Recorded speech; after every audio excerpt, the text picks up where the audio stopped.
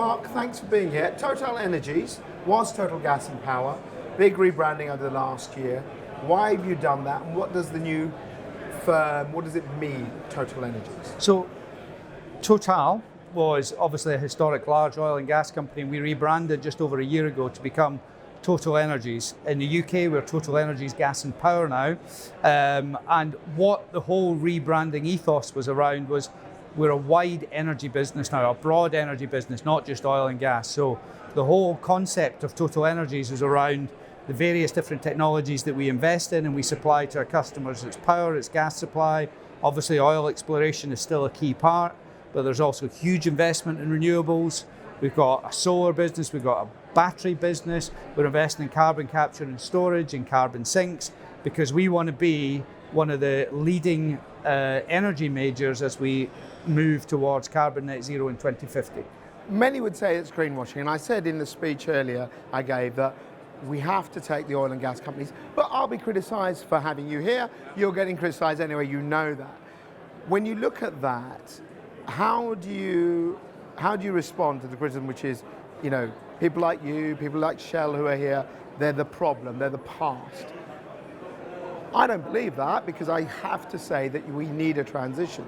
But that's easier for me to say as an independent person. When you get that thrown at you, how do you respond?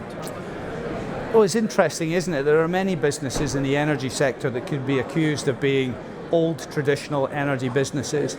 My personal view is that we might well be a business of the past, but we are very committed to being a business of the future. Hence the rebranding, hence somewhere in the region of $4 billion of investment in renewable technology going forward, with some really aggressive targets such as 100 gigawatts of installed capacity by 2030. We've already got 5 gigawatts of installed capacity being developed and implemented in the UK. That's okay, that's come from the earnings that we've made from our legacy.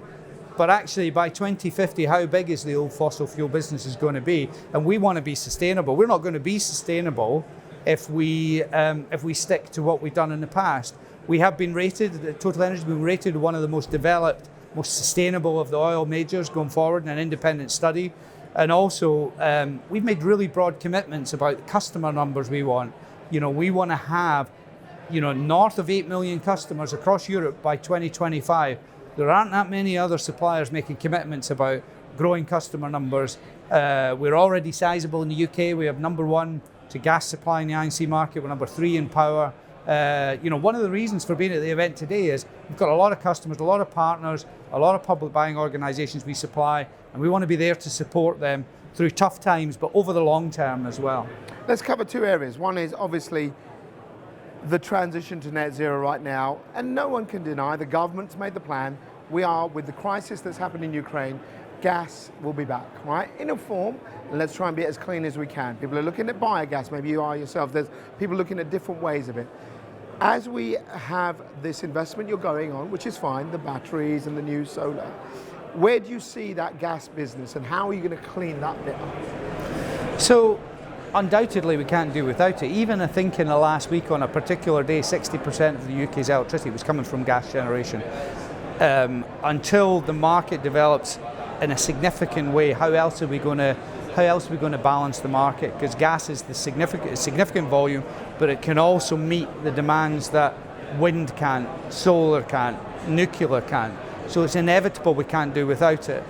Ultimately, it has to be cleaned up. We can offset it, of course, which you mentioned earlier that you know that's a bit of a cheating way, but it's still doing something, yeah, and it still does something. Essentially, hydrogen. I think I read that potentially in the next 3 or 4 years, 20% of the gas network could be supported with hydrogen. Green gas is growing. It's probably not growing as quickly as everyone would like, but it is very expensive. So ultimately, it's got a place. It's not there forever. The domestic market, you can't be putting gas boilers in now.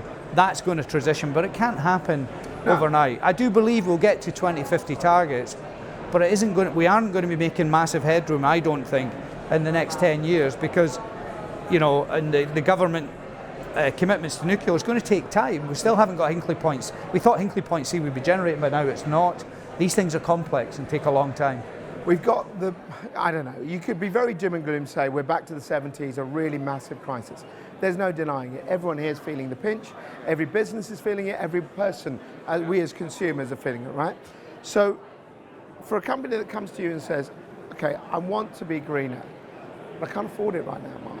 I'm in a lot of pain. I can see prices rising at levels that have not even been envisaged.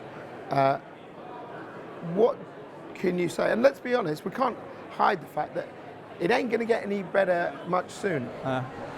Very difficult to know, obviously, where prices are going to go.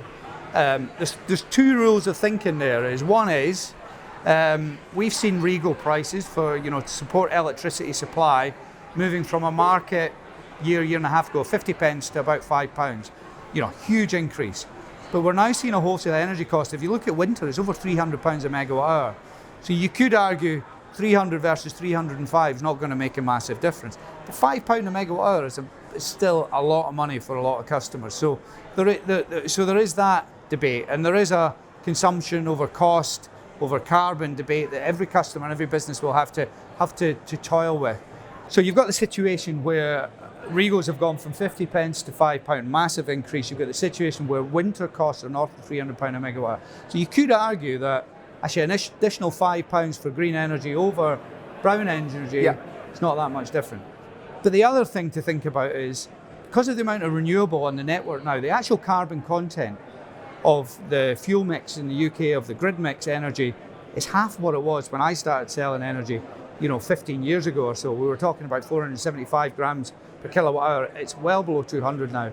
Therefore, actually you are getting greener energy through the grid, but it isn't net zero, it isn't zero carbon, but it's better than it maybe was in previous years. So you will likely make progress. Your issue is if you had green at a nice cheap price and now you're having to pay expensive costs plus the regal cost, it is an absolute dilemma for customers.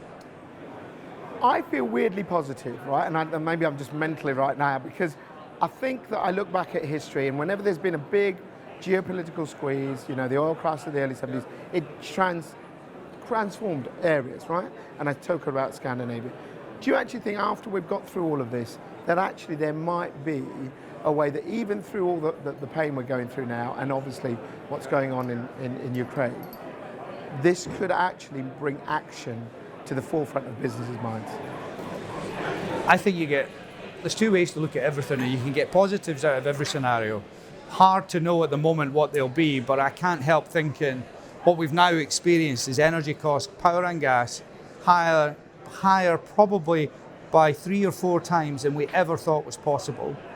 On the back of that, there's been talk of energy efficiency, energy reduction for 10, 15 years without any real drive to do it.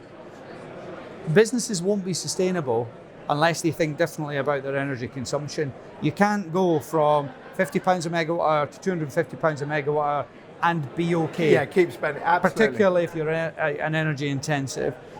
So there has to be short-term, quick investment in embedded generation, on-site generation, and energy reduction. And that pushes, to be able to reduce, you need to understand it. To understand it, you need to get your data. All these things. What we want to be is that reliable, honest, educational supplier as part of that journey. We're not out to say, we will be everything to every customer. We will help you do all that reduction, etc. Because I'm not convinced you'll come to an energy supplier to help you reduce energy. But what you can come to an energy supplier that is really focused on delivering a strong supply service to gas and power, and then look at some ancillary benefits on the back of it. And what have you thought of the show so far? Well, it's just great to be out, isn't it? Yeah, absolutely. We've had a number of staff on our stand, and a couple of my competitors said, "Oh, you've come with quite a few of the team today." And I said, "Yes, absolutely, because we have a lot of customers, we have a lot of partners, and we have a lot of PBOs, all of which are here. So we wanted to make sure we were supporting them. Great chance to support the event, which has been busy. I think it's the best event for us to attend. Everyone's been pining to get out. So far so good."